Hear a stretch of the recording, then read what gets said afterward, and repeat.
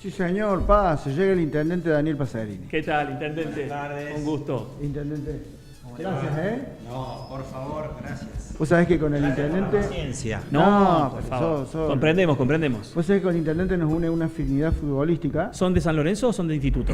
Es un no confeso hincha de instituto. No me digas. Él dice que es de Belgrano, pero es de instituto. Es de Belgrano. Sí. Es un nombre inteligente, es de Belgrano. Tengo muy buenos amigos de instituto Sí, y he admirado, porque me gusta mucho el buen fútbol, a grandes jugadores y particularmente uno que hace poco se fue de gira, que es la vieja Beltrán. Ah, pensé que ibas a decir Mastro Simone. Bueno, sí. No, Mastro sí. Simone, Mastro Simone jugó en Liga del Interior, jugó en San Marcos, recién estuvo Claudia Godoy. Sí. Yo lo vi jugar a Mastro Simone en San Marcos y en el equipo de Cruz Alta jugaba el Hacha Ludueña. Mirá en la época de la Liga, Mirá, año 85. ¿En serio? ¿Jugó el Sí, hacha? señor. Ah, mirá. Salimos campeones. Bueno, ¿ves? Esto es lo que nos une con Pasarini, que empezamos a futbolear Muy futbolero. y nos olvidamos de lo demás. Pero Sí, con sí, sí. Alberto, la vieja Beltrán, Beltrán salió campeón con San Lorenzo en el 74 con Sí, su Beldía. señor, sí, señor. Después jugó en River, jugó en Gimnasia, un grandísimo jugador y una bellísima Sí, persona. se nos fue hace poco, sí.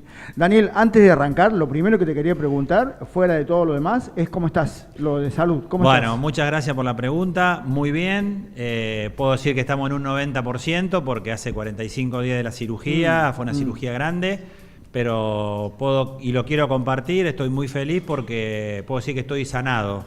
Me hice el control de los análisis al mes de la cirugía y todos los valores dieron muy bien, así que hasta marzo no tengo que volver a control y por ahora no me tengo que hacer rayo ni quimioterapia, así que estoy muy feliz y muy agradecido por todas las expresiones de aliento, de acompañamiento que he recibido de ustedes y de tantísima gente. Así que como soy un agradecido y estoy muy feliz, aprovecho el medio para agradecerles a todos. Que viste que son de estas cosas que cuando uno escucha el título se asusta. Y dice, che, ¿cómo? Pero bueno, vos sos médico, lo tenés más clara que nadie, así que sabés que efectivamente está todo bien. Así es, hice lo que había que hacer. Por suerte, un problema importante tomado a tiempo, se pudo resolver con la cirugía y me pareció importante hacerlo público, porque también del testimonio sirve para que muchos se hagan los controles, le presten atención a esto. No hace falta tener un síntoma para ir al médico. Pasados los 50 años, yo los pasé hace rato, Otro más, ¿podés creer? ¿No? hay que hacerse el control una bien. vez al año del antígeno prostático. ¿En serio? Sí. No, bueno, yo lo estoy poniendo en chiste porque soy remiso a ir al médico, pero bueno, palabra de médico, hay Así que es. hacerlo. Es lo que yo recomiendo. Yo te quería preguntar, Daniel, cuando supiste que te tenías que intervenir quirúrgicamente de esto, primero, ¿por qué decidiste contarlo así tan abiertamente? A nosotros cuando nos llegó la información, primero que nos puso la piel de gallina, porque viste que hasta me cuesta decir la palabra, ¿no? Me cuesta decir, vos como médico debes estar un poco Sí, más sí. acostumbrado, pero digo, lo contaste tan abiertamente, ¿por qué? Primero porque soy una persona pública y porque obviamente me venía haciendo estudios, iba periódicamente al Sanatorio Allende y también había gente que comentaba, che, ¿qué le pasa a este? Ah, te veían, claro. Y no quería, primero, que se tejieran conjeturas falsas sobre un problema que estaba claro. Cuando se decidió la fecha de la cirugía, lo primero que hice, bueno, hablé con mi familia, y hablé con el gobernador, con Martín Yarlora, le dije cuál era mi decisión, obviamente me bancaron como corresponde, y el día previo a la cirugía, yo me operé un jueves, recuerdo como si fuera hoy, el miércoles al mediodía, le dije a Juanjo Antonelli y al doctor Ariel Alexandrov, que es nuestro secretario de salud y que además es urólogo, bueno, que quería que comunicáramos el tema, quería que la gente supiera que yo me iba a ausentar por lo menos por 2 semanas por un problema de salud y no quería que nadie crea que estaba escondiendo algo. Y me pareció contarlo como lo contamos. Sé que la noticia causó, obviamente, imagínate que yo, por razones de salud mental, ese mismo momento que salió la información, apagué el celular. Eso fue el miércoles, me operaron el jueves y el domingo, o sea, 4 días después, volví a conectar el celular.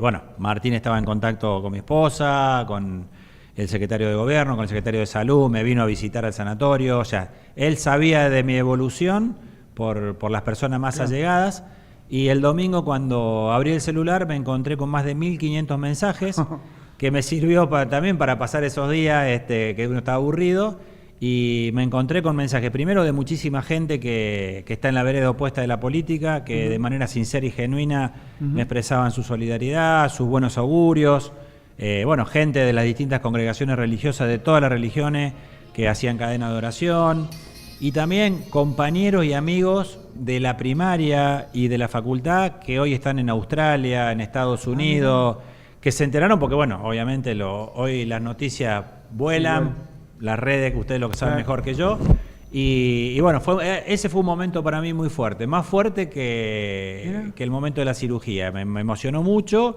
pero también me dio mucha más fuerza y creo que también si me estoy sanando es también porque todo eso yo creo mucho y eso también me dio mucha fortaleza espiritual. Así que creo que fue una decisión importante haberlo hecho, y los médicos que me operaron, cada vez que yo iba a control, la secretaria me decía, culpa tuya, ahora viene el doble de gente a hacerse los controles.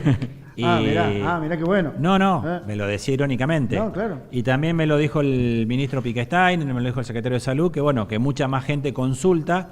Y enhorabuena que haya servido mi testimonio para eso y que hoy lo pueda estar contando. Y mirá cómo me están conminando detrás de cámara, más te vale que vaya a hacerlo. No, el ese todavía es chiquito, pero yo debe tener que hacer caso al internet. Tengo 30. Intendente, yo tenía la preguntita para entrar en temas así livianamente, de pedirte cómo ves tu gobierno hasta ahora. ¿Cómo está tu gestión hasta ahora? Bien, cumplimos 2 años ya de la gestión. Sí. Son 6 años de que comenzamos con Martín a recuperar la ciudad, claro, pero 2 años de que soy intendente de la ciudad, en un contexto muy difícil. 2 años atrás creo que ninguno imaginábamos que la Argentina iba a estar en la situación que está hoy, para no ponerle tantos títulos, con una economía paralizada.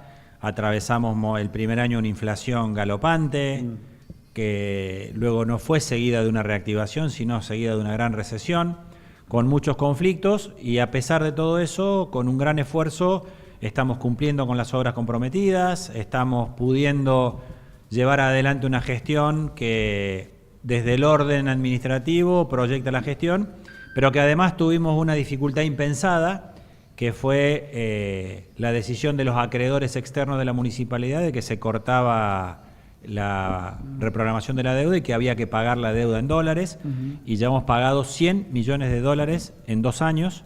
Nunca nadie hizo eso, y yo propondría el ejemplo, si lo pondríamos en cuadras de pavimento, en ambulancias, en hospitales, en escuelas, cómo hubiera sido la realidad si hubiéramos contado con ese dinero para hacer todas esas obras. Tuvimos que pagar ese dinero, que es una deuda que nosotros no tomamos, pero tenemos la obligación de cumplir, porque no queremos que Córdoba caiga en default, porque comprometeríamos a la provincia.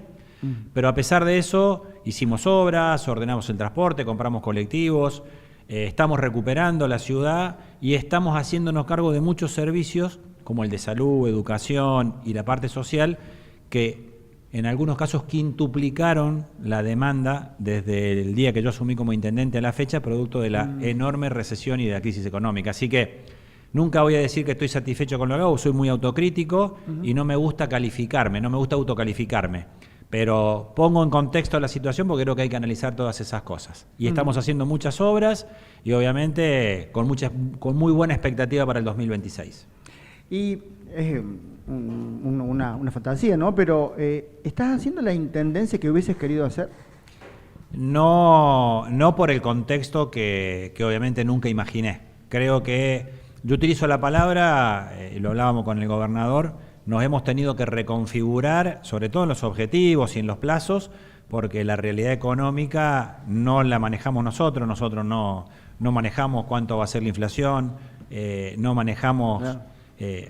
hay un dato doloroso de enorme cantidad de pérdida de puestos de trabajo en todo el país, pero Córdoba, que es una ciudad industrial, no escapa a eso. Sin embargo, hay que decirlo también, la mayoría de los cordobeses y de los argentinos decidió darle un respaldo al gobierno nacional, y en esto claramente hay que aceptar la realidad y hay que convalidarla. Y yo creo que la gente tiene una gran expectativa de que el año que viene la economía va a crecer, que la inflación va a bajar. Si eso así fuere, nosotros vamos a estar muy bien, porque hemos hecho las cosas, hemos hecho todo lo que había que hacer en un contexto de economía cerrada, de economía restringida. Imagínate, nosotros presentamos un presupuesto que se va a aprobar la semana que viene en segunda lectura con una rebaja del 30% para más de 20.000 comercios de la ciudad, con una ordenanza que promueve las actividades productivas con rebajas impositivas para las inversiones en construcción, industriales, en salud y en turismo, por 10 años. Hicimos una interpretación de la Ley de Promoción Industrial y hoy hay muchos proyectos de inversión en la ciudad que están avanzando gracias a esa ordenanza que nosotros hicimos, porque además esa ordenanza tiene un secreto. Esos beneficios son contra una inversión importante que genere puestos de trabajo. Bien. Nosotros queremos que haya inversiones, que haya trabajo, no queremos las inversiones fantasmas que vienen a especular financieramente. A esas no le aflojamos, pero sí a las que generan inversión, trabajo para los cordobeses. Córdoba tiene muy buena y calificada mano de obra y tenemos una historia industrial, productiva, y también con Martín trabajamos mucho para que Aeropuertos Argentina 2000 tome la decisión de invertir en el aeropuerto y que eso genere que Córdoba también sea un polo turístico. Así que tenemos una muy buena expectativa con eso. Hoy los resultados de la economía son muy negativos, pero las expectativas son altas. Bueno, esperemos que las expectativas que el presidente Milei anuncia se cumplan y todos andaremos mejor. Hablaste de déficit cero en la municipalidad para el año que viene, si no me equivoco. Sí. ¿Es posible llegar a ese objetivo? Así es. Nosotros, para ponerlo en contexto, cuando asumimos con Martín Yarlón en el 2019, recibimos una municipalidad que estaba quebrada, con una deuda de 150 millones de dólares que había tomado el gobierno anterior, no para obras, sino una deuda que se tomó para canjear otra deuda, una deuda en pesos, pasarla a dólares. Un déficit de casi 9 puntos del presupuesto negativo, y además el 62% del presupuesto se iba al pago de sueldos. Cierto. A lo largo del esfuerzo que hemos hecho en todo este tiempo, nosotros llegamos al cierre de este año habiendo bajado ese déficit a 2 puntos, de casi 9, cerramos el año con 2, la deuda la hemos achicado en 100 millones de dólares, y el impacto presupuestario de los salarios es el 41-42%. Mirá. Hemos hecho un gran esfuerzo, y cuando digo hemos, no digo solamente del gobierno, hablo de todos los cordobeses. Claro. Y la proyección para el año que viene es ir al déficit cero, y obviamente aprovechar este momento de oportunidades financieras, donde está en baja el riesgo país, ver si podemos reestructurar el saldo de deuda que queda, porque no queremos seguir pagando cuotas de capital, porque si no, sí, yo voy a pasar mi gobierno pagando la deuda de los otros. Claro. Así que la idea es ver si podemos renegociar eso. Hay una buena expectativa.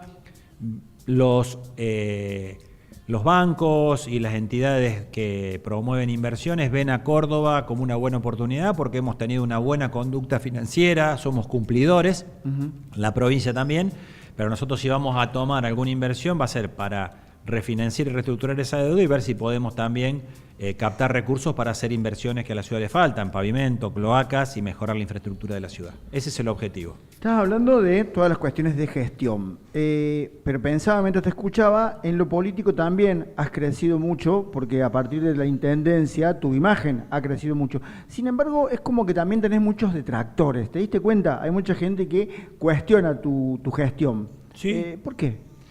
Obviamente yo siempre soy muy respetuoso de las opiniones y sobre todo de las críticas que aportan algo. De los que critican por criticar sin saber de lo que hablan, no pierdo el tiempo. Yo siempre digo que a veces, esto me lo enseñó un viejo médico cuando empecé a hacer política en Cruz Alta, que a veces en la vida hay que estar más orgulloso de los enemigos que uno tiene que de los amigos. Y a veces hay algunos que se declaran enemigos, de los cuales estoy orgulloso que estén del otro lado. Nunca quisiera estar con ellos. Quiero darle participación a la gente. Sí, hay mucha gente en el chat. Sí. Pero quiero retomar, antes de ir con algunos mensajes, algo que decías, Daniel, y que también lo dijo la intendenta de San Marcos Sud, respecto a esto de, bueno, la gente le ha dado un respaldo al gobierno nacional, pero a vos como intendente le pasa a Claudia, son el primer mostrador hacia la ciudadanía. La gente viene a pedir, a buscar soluciones. ¿Cómo contenés?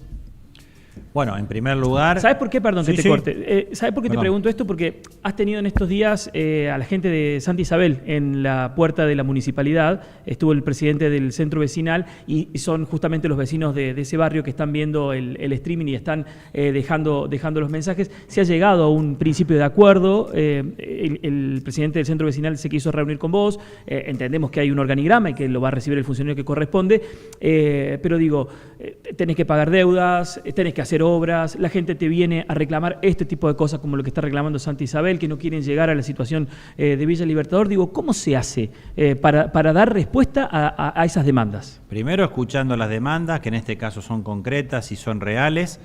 Estos vecinos sufren las consecuencias desde hace, creo, de una obra que se hizo hace 13 años.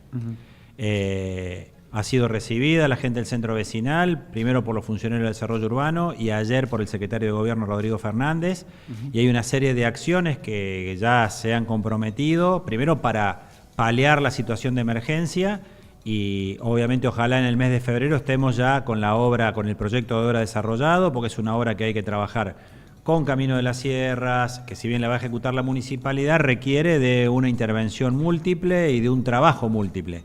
Pero...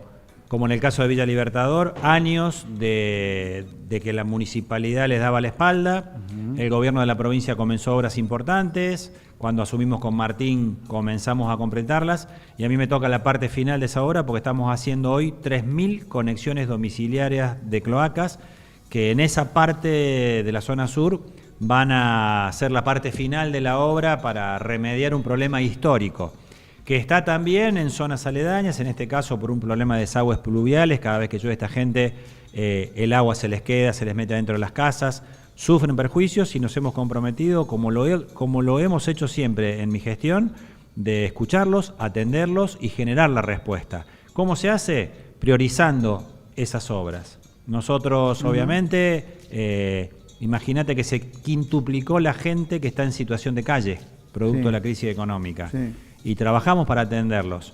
Hay gente que se queja porque hay gente en la plaza, hay gente... Bueno, no es un problema de higiene urbana, es un problema social. Claro. Y hay que tener un toque humanitario. Y en el caso de la gente de Santa Isabel, que con justa causa se está expresando, y nosotros también con justa causa le tenemos que decir la verdad. Esa no es una obra que se resuelve de un día para el otro, máxime cuando el problema viene de hace tantos años. Pero a mí me va a tocar la responsabilidad y tengo la decisión de resolverlo, y lo vamos a hacer. Pero fíjate el detalle, ¿no? Estamos hablando de resolver cuestiones, de obras, de unas que se culminan, otras que se encaran. Digo, cuánta contradicción con un lineamiento económico que deja fuera de todo proyecto la posibilidad de gestionar. Entonces, ¿cómo haces para gobernar si lo que no se quiere es que se gestione? Bueno, realmente... Si fuera tan simple te lo contestaría, pero la verdad que es difícil de entender y el Gobierno Nacional ha tomado la decisión de no hacer obra pública. Yo los invito a que viajen. Imagínate si tuviéramos de intendente acá. ¿Cómo hace? No, pero aparte yo les pido que viajen por la autopista Córdoba-Rosario. Claro. Salís del tramo que administra Camino de las Sierras y la parte que ya está a cargo del Gobierno Nacional de las concesiones es un desastre. Claro. Se está arruinando una obra que se esperó tantos años, que es tan vital. Pero bueno, es la decisión que se tomó. La Ruta 19, el gobierno de la provincia, ¿cuánto tuvo que pelear Martín para que le den la obra, para que podamos terminar nosotros una obra que era obligación de la nación? Sí. Obviamente nosotros tenemos la decisión, queremos hacer las obras que la gente necesita, pero claramente que es muy complejo, porque la gente, como bien lo dijo él recién, el primer mostrador que tiene para reclamar es la municipalidad. Y lo dije el otro día en un diario y lo repito acá, a nosotros la gente nos exige soluciones y no explicaciones. Entonces las soluciones también hay que explicarlas porque un problema de tantos años no se resuelve haciendo así. Hay que hacer un proyecto, hay que investigar, esto no es tapar un pozo, esto es resolver un problema crónico y estoy comprometido que lo vamos a resolver como resolvimos la Sagrada Familia. Que también yo a veces escucho algunas críticas que son válidas, otras que son insólitas, que no pueden pasar dos autos. La gente circula bien y lo más importante es que hemos tenido lluvias muy abundantes y gente que no conocía, que son los propietarios de los comercios de ahí, salieron a celebrar la obra, a agradecer y el objetivo es que en ese lugar ninguna persona que circule en moto, en bicicleta o en auto cuando lluevan 20 milímetros corra riesgo de muerte.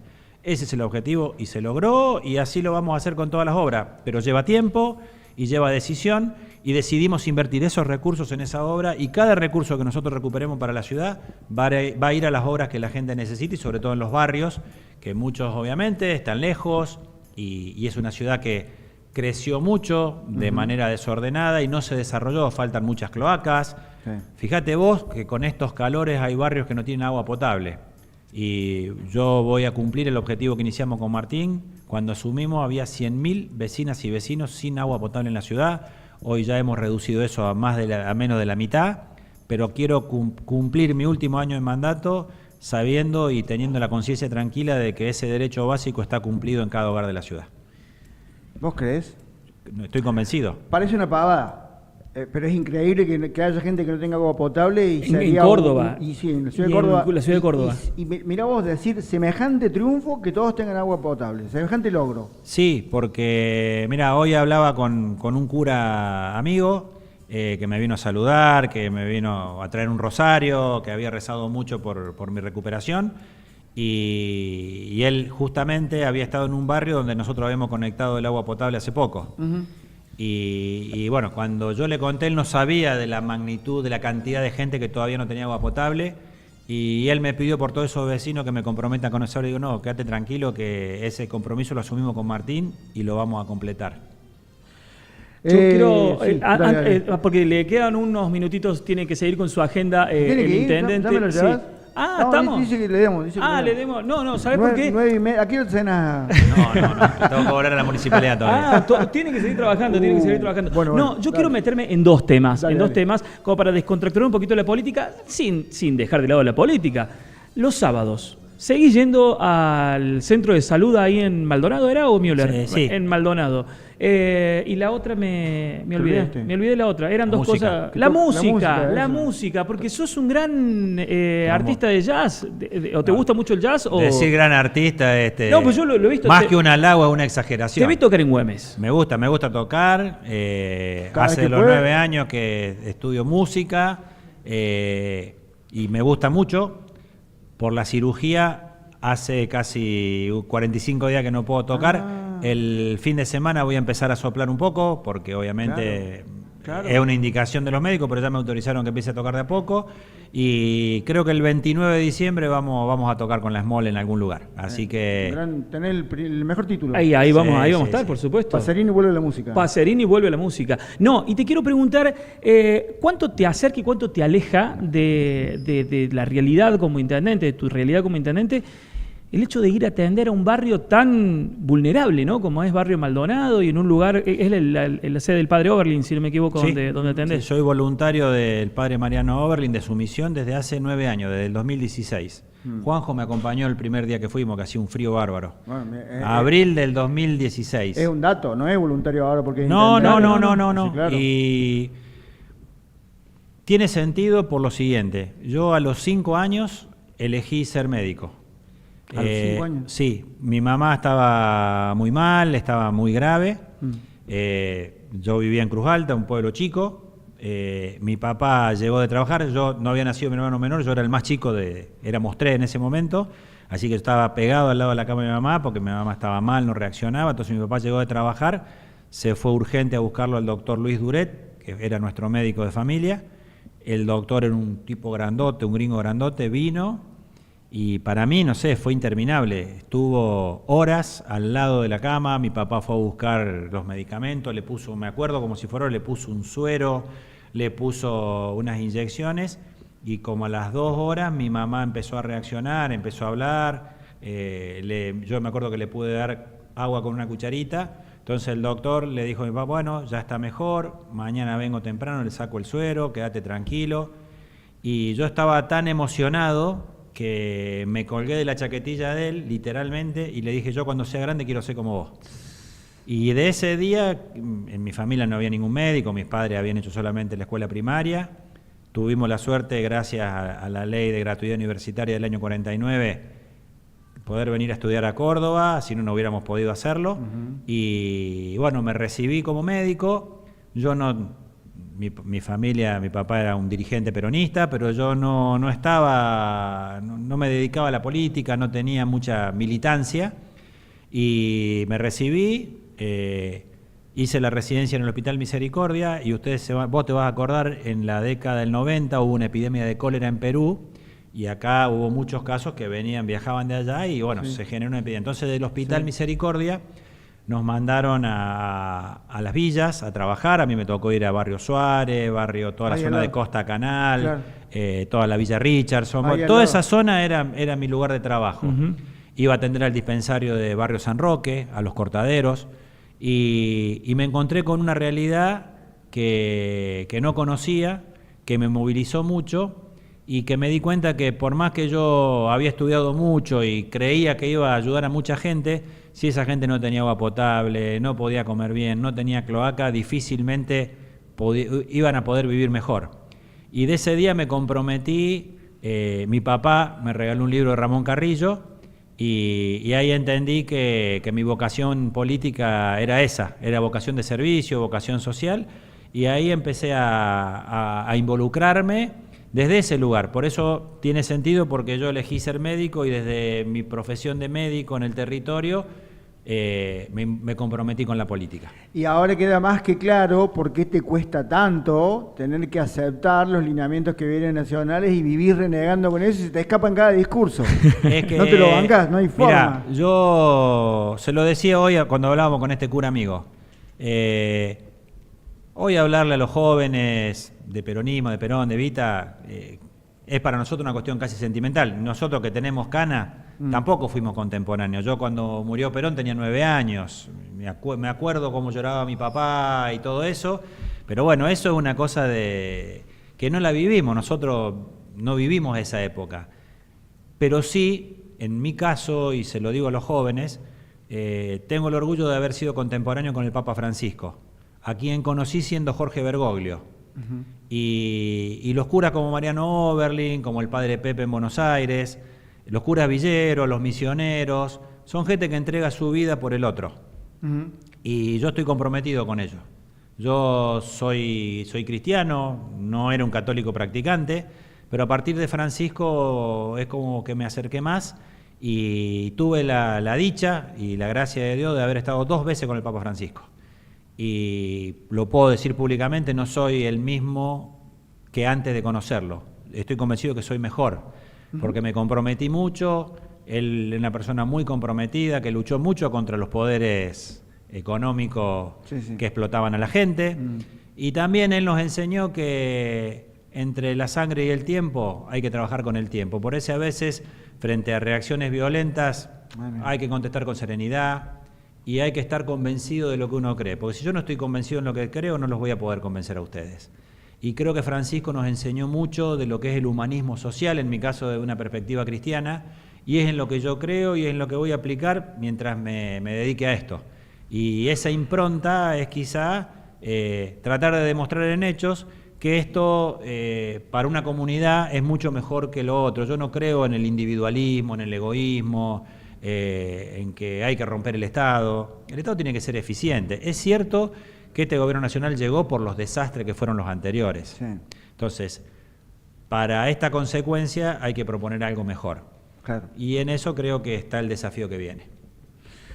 Qué tema, ¿no? Realmente. Daniel, y de esto no quiero dejarte ir sin pasar al barro de la política. Sí. ¿Cómo haces para mezclar las dos cosas? Este profundo humanismo que tenés vos a la hora de la gestión, con la política, que es una selva donde es el sálvese quien pueda. Mira, usemos la parábola por la cual empecé a sentir compromiso desde la política con la gente. Sí. Caminando en el barro de lugares olvidados, mi objetivo era que algún día esa gente no camine más en el barro. A los que andan por el barro hay que enseñarle que es mejor la buena política. Yo no contesto agravios, hace años que estoy en esto y he ido siempre por un camino que es el camino de que elegí hacer las cosas bien, y a mí siempre me dicen, no, pero mira, yo entre llegar rápido no me gusta, yo prefiero llegar lejos. Sí, pero a pesar de todo, te tiran con barro de todos lados y vos ahí y llegás, que eso es lo más... Mira, hay... Claro, porque no es que te taparon en el barro. Mirá dónde Sí, estás. a ver, existe eso, existe gente que obviamente tiene unos intereses distintos a los nuestros, pero como creo en lo que hago y me gusta lo que hago y hago lo que me gusta, no voy a cambiar el método.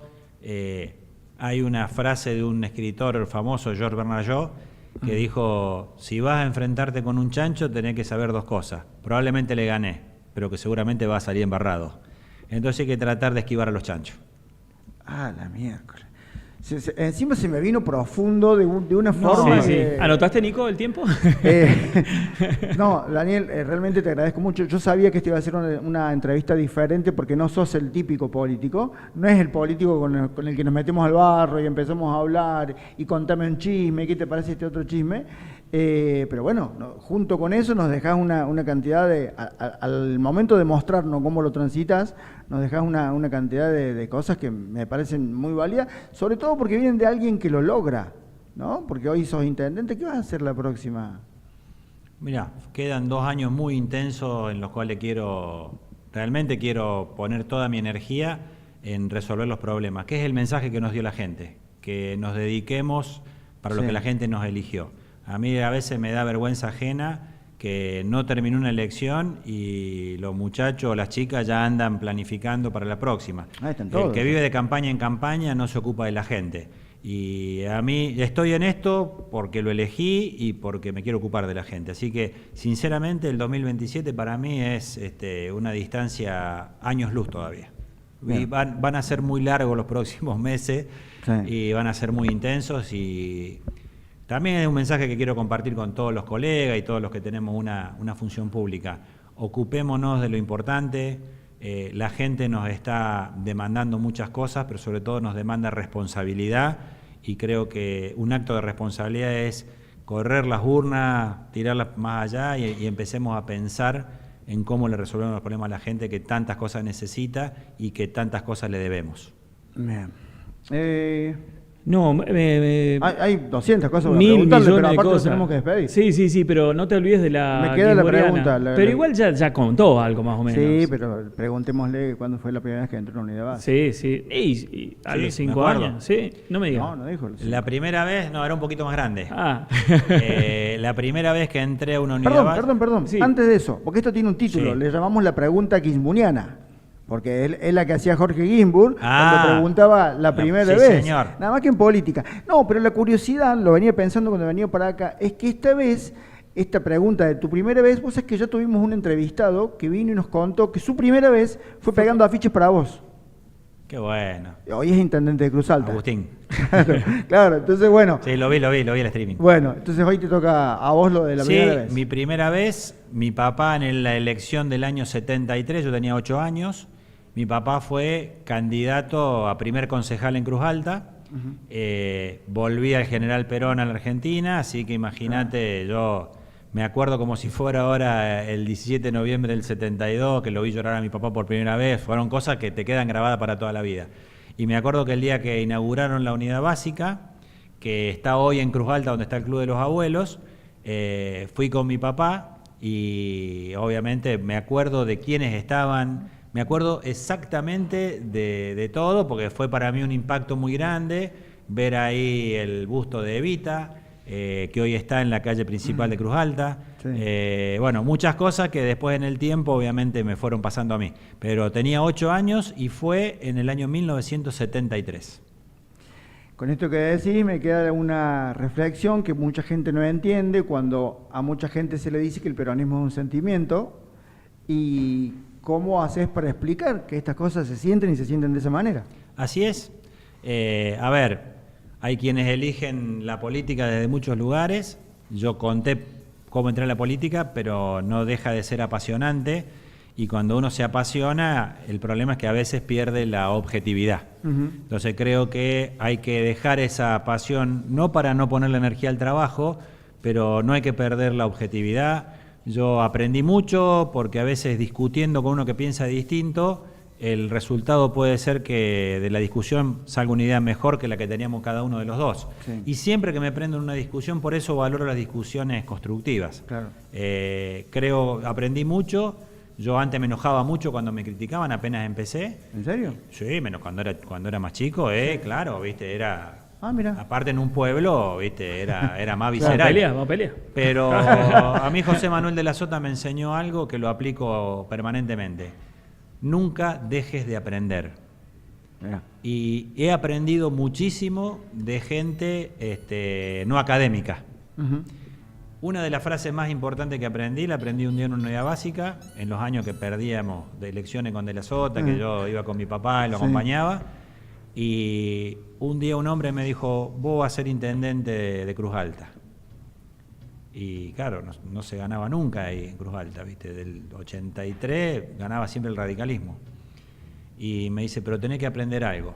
Y me quedó tan grabado, me acuerdo que llovía y, ¿viste? Y el hombre era grande y no se iba y nos teníamos que ir. Y me dice, en la vida, nene, porque yo era chico, me dice, en la vida, nene, es muy lindo ser bueno. Es muy fácil ser malo. Lo verdaderamente difícil es ser justo. Y vos tenés que elegir el camino más difícil, porque si sos un hombre justo vas a llegar lejos. Y elijo siempre el camino más difícil. Viste que cuando te digo que hay gente buena en política, la hay, porque es una muletilla de que la gente que está en la política es mala. Es mala, sí. Y hay gente mala como hay en todos lados, pero después escucharlo Pasearín, ¿y vos qué opinás? O sea, no, yo lo dimensioné con la cirugía, con la cirugía que tuvo y los mensajes que nosotros leímos en las redes sociales, incluso de gente que es muy crítica a tu gestión y a tu forma de hacer política, conmovida. Y yo lo creo sincero a eso, lo creo sincero. Yo también, creo sincero esos mensajes de acompañamiento a vos, a tu familia, y ahí dimensioné eso. Lo despedimos, entonces tenemos que dejar ir, nosotros también tenemos que cerrar. Quiero agradecerte especialmente tu presencia, para mí es muy importante, la valoro mucho, lo sabes. Te mandé un mensajito y te dije, te quiero que estés. Este tipo de gestos no son habituales, no pueden estar en todos los programas todo el tiempo, sino a qué hora se gobierna. Y que tengas este gesto para nosotros, para mí es importante. Así que muchas gracias. No, el agradecido soy yo. Siempre agradezco la oportunidad de poder hablar y sobre todo hacerlo con esta libertad, de poder escucharnos, que me parece que es muy bueno. Y siempre digo que yo en la vida también creo que para mí es un atributo. No tengo rencor, pero tengo mucha memoria. Y cuando yo empecé, uno pedía que le den el micrófono en la radio y bueno, y uno valoraba esos minutos. Entonces, ahora que estoy en un lugar, si se quiere, más importante, yo valoro mucho cuando me invitan y quiero cumplir. Vos hace 5 meses cuando empezó el streaming me invitaste, obviamente con la expectativa de que viene el primer programa.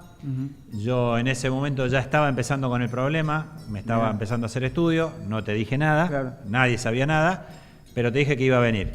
Y con Juanjo le dije, che, quiero ir, quiero cumplir. Y bueno, coincidió que estamos en un momento muy feliz para mí, por la verdad, estar como estoy de salud para mí, y se nota que estoy bien y lo quiero compartir, y quiero usar esta buena energía para hacer buenas cosas, y coincide también con un momento donde uno hace un balance de fin de año y pone buenos augurios para el próximo. Así que le quiero retribuir todos los buenos augurios que han tenido para con mi salud, que para mí es lo más importante.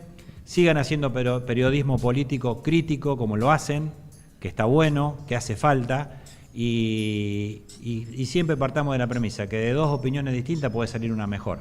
Si la política argentina entendiera eso, vamos a ser potencia. Y yo aspiro que algún día lo seamos. Así que tengan un muy buen cierre de año y que el próximo año sea muy bueno para todos, particularmente para los cordobeses, y que nos encuentre trabajando y que nos encuentre discutiendo a favor de la solución de un problema. Gracias, Daniel. Muchas gracias. Gracias.